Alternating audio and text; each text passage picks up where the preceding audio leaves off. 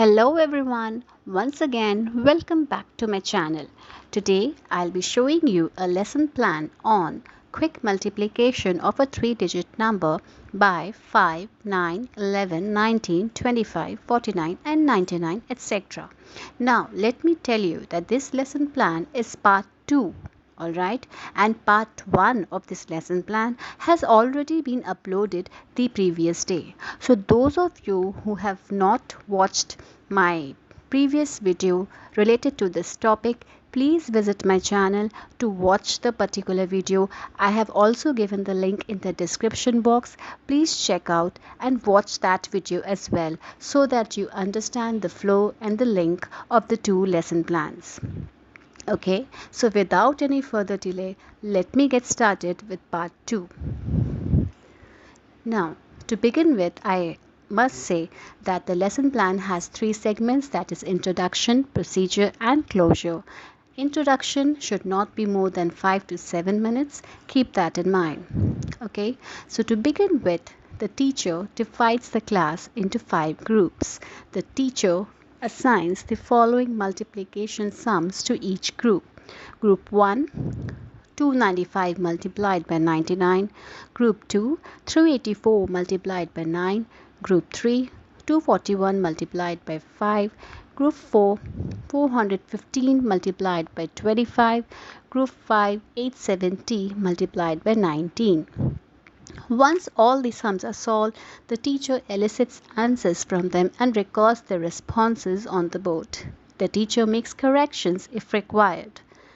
The teacher states that we have learned how to quick multiply a whole number with digits like 99, 9, 25, 5 and 19 in the previous class.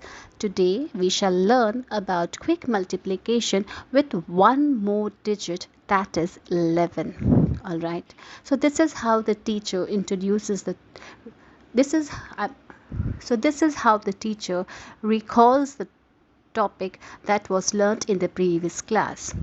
Recalling the topic always helps the children to link with the previous knowledge and the knowledge that the teacher is going to deliver in today's session.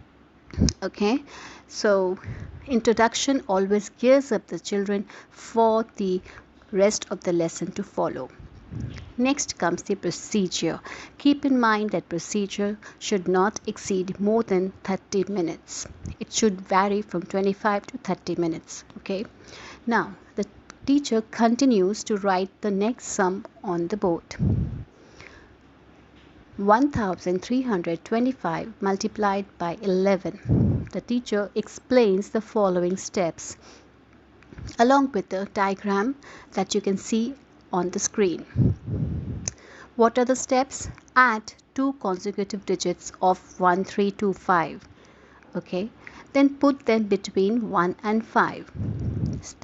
Start from the right side and then proceed to the left. Note the rightmost digit of 1325 is 5. So 5 plus 2 becomes 7. So note 7 to the left of 5. Okay, can you see? Yeah. Then 2 plus 3 becomes 5. Note 5 to the left of 7. Okay. Then 3 plus 1 becomes 4. Note 4 to the left of 5. Can you see? Okay. So when we have written the first digit to the left of 4575, altogether the number that we get is 14575. Thus we can say that 1325 multiplied by 11 gives us 14575. Clear? Okay, then using the same method, the same steps, the teacher instructs the students to quick multiply 618 by 11 in their notebooks, and the expected response of the students should be 6798. However, keep in mind, while the learners are answering to the discussed question, teacher must move around the class and guide those learners who need help. Okay, then the teacher proceeds to show the learners a bag. Teacher says that the cost of the bag is 99 rupees. Okay, the teacher asks the learners to find the cost of 150 such bags. Then what will the students say? The students will say the answer, the cost of the bag is 150 multiplied by 99. The teacher explains that we can simply find the cost of 150 such bags by multiplying 150 by 99. Similarly, the cost of 530 bags can also be evaluated by multiplying 530 by 99, isn't it? The teacher explains that they have already learnt about quick multiplication method. Now they shall learn how to apply the knowledge of quick multiplication method to solve the mathematical problems in their daily life. Okay. Once again, I repeat, the students have already learned the concept of quick multiplication. Now they are going to learn how to apply the knowledge of quick multiplication to solve the multiplication problems that occurs in the daily life. The teacher continues to display the following chart to the learners. The chart reads out as steps to solve the number stories involving quick multiplication are as follows. Step 1. Now this particular chart shows the steps. Whenever a word problem is given to the students to solve, the students should follow the following steps.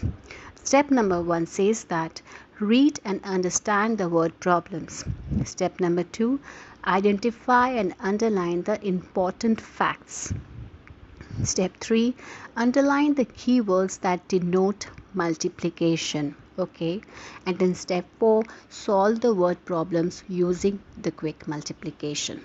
So these 4 steps are very important whenever a student has to solve a word problem, and he or she must follow these 4 steps consecutively in order to solve a word problem. Okay, now the teacher is requested to write the following steps on a chart paper well ahead of time so that when the class begins, she can use the class chart effectively. Okay. Then the teacher reads the steps to solve the word problems, and teacher explains the following examples to the learners. Example 1. A library has 113 shelves with 99 books each. How many books are there in the library? The teacher asked the following questions from the class. How many shelves the library has? Expected response of the students based on the question should be 113. Question number 2. How many books are there in each shelf? Expected response 99. So how many books are there in the library? Expected response 113 into 99. Then the teacher explains that in order to calculate the total number of books in the library, we have to quick multiply 113 by 99. Okay, then the teacher explains the following steps on the board and asks the learners to note them down in the notebooks. Step 1, 113 multiplied by 100 gives us 11,300. Step 2, 11,300 minus 113 gives us 11,187. The teacher states that there are 11,187 books in the library. Okay, the teacher must encourage the learners to always answer in complete sentences. Now, teacher proceeds to solve example number 2. 25 schools have 215 pupils each in a certain province. How many pupils are in those 25 schools? The teacher asks the below questions and elicits answers from the learners. Question 1. How many schools are there? Expected response 25. How many pupils are there in each school? Expected response 215. So how many pupils are there in 25 schools? Expected response 215 multiplied by 25. So the teacher explains that in order to calculate the total number of pupils in 25 schools, we have to quick multiply 215 by 25. The teacher explains the following steps on the board and asks the learners to note them down in the notebooks. Step 1 says that 215 multiplied by 100 gives us 21,500, and step 2 we have to multiply the product. We have to divide the product by 4, that is 21,500 divided by 4 gives us 5375, that is 5375. Okay, thus the teacher states that there are 5375 pupils in 25 schools. Okay. Then the teacher proceeds to explain example number 3. A school bought 19 boxes of pencils. Each box had 144 pencils. How many pencils are there altogether? The teacher asked the below questions to elicit answers from the learners. Question 1, what is given in the question? Okay, that's question 2, what is to be find out? Question 3, how is it to be find out? Very important. First question, what is given in the question? Students should answer, a school bought 19 boxes of pencils. Each boxes had 144 pencils. What is to be find out? How many pencils are there? And how is it to be find out? So when each box had 144 pencils, so how many pencils does 19 boxes have? Correct? Now this is very important. The first question says that what is given in the question. The ideal answer should be, what is given in the question? That a school bought 19 boxes of pencils and each box had 144 pencils. What is to be find out? How many pencils are there in 19 boxes? Correct? And how is it to be find out? When each box, that is one box, had 144 pencils, then 19 boxes will have 144 multiplied by 19 pencils. Correct?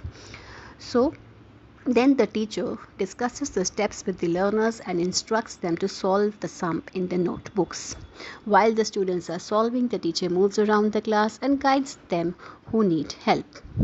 Now, after a few while, the teacher may also invite a learner and ask the learner to solve the sum on the board, and the remaining students can check the answer for accuracy.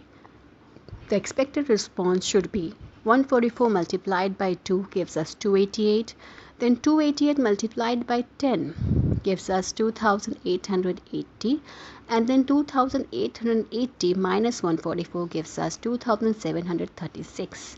Thus there are 2736 pencils in 19 boxes. Now why this method is followed, I have told you before also.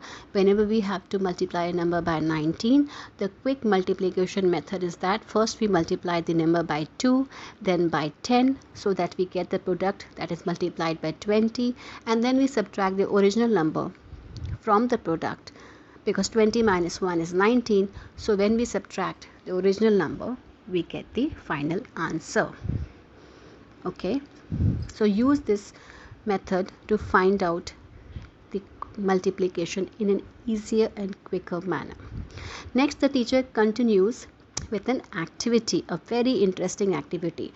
Now, as I have said before, activity based learning is very important these days because it makes the learning much more effective than the lecture method or rote learning method, because children enjoy doing activity, and practical approach towards any concept makes the understanding of the concept very clear and last longing for the learners. So activity based learning you should include in your lesson plans. Keep that in mind.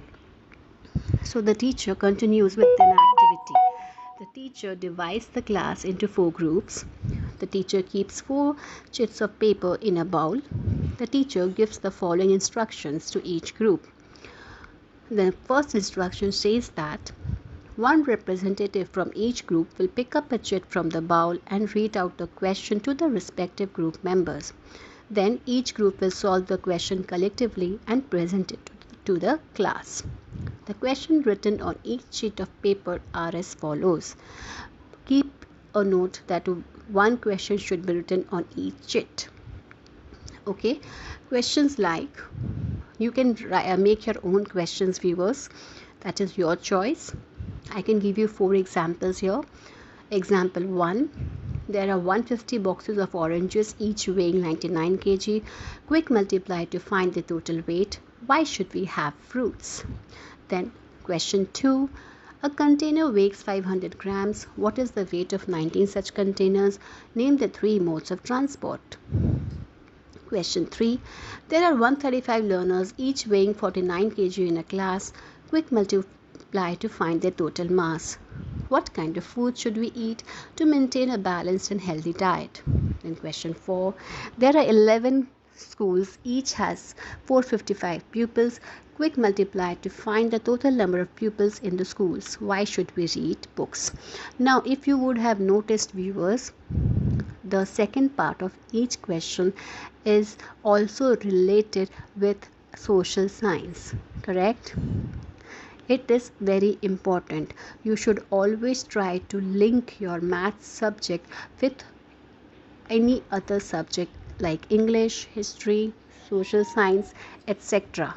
This way, students have an integrated learning approach towards any subject, and this way they have a wider range of knowledge and how to apply the mathematical knowledge in solving daily life situations. Okay, so for example, question number 1 asks why should we have fruits. So children will become aware of the benefits of fruits. Question 2, name the three modes of transports. They will have knowledge about it. Which are the three modes of transport, okay, and what are their own benefits and disadvantages. Also, what kind of food should we eat to maintain a balanced and healthy diet, which every child today should be knowing considering the environment that we live in. And also, why should we read books? Yes, very important to instill the reading habits among children. So only if you inculcate such questions along with mathematical questions like why should we read books, students will also come to know the benefits and the advantages of reading books, and thereby they must be or they will be encouraged to read books at home. Okay, so always remember to integrate mathematics with any other subject like English, history, science, geography, whichever subject you like, but always try to integrate it with any other subject. That makes the learning much more interesting and meaningful. It makes sense because then it is relatable to our practical life situations. Okay. Now, note that these questions should be written on sheets of paper before the class begins so that this activity can be conducted seamlessly. Now, after the activity is conducted, teacher should project the class worksheet and should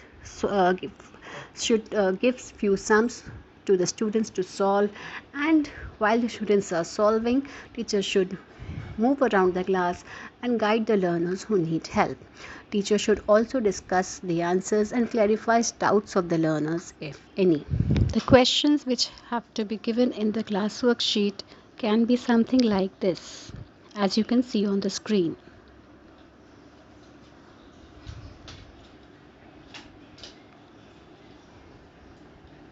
After the procedure comes the closure.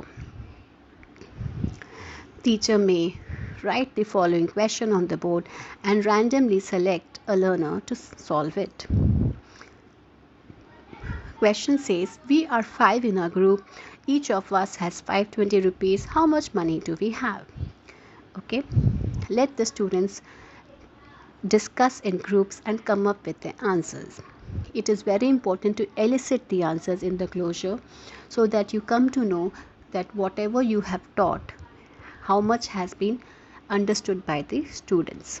Closure helps you to understand whether the objective of the lesson plan has been achieved or not. So always try to elicit more and more answers from the students in closure. Then comes the learning outcomes, whether the learning outcomes have been achieved or not. Now, which are the learning outcomes that must be achieved after you have executed this lesson plan in the classroom? The first one, the learner solves multiplication of a three-digit number by 5, 9, 11, 19, 25, 49 and 99. Second learning outcome, the learner applies the knowledge of multiplication in solving mathematical problems in daily situation. Third, the learner calculates quickly and accurately. So this is it, friends. I hope you have liked this lesson plan. If yes, then please give a thumbs up, like, share and subscribe to my channel so that I upload more videos like these and you get to see them. Till then, bye bye.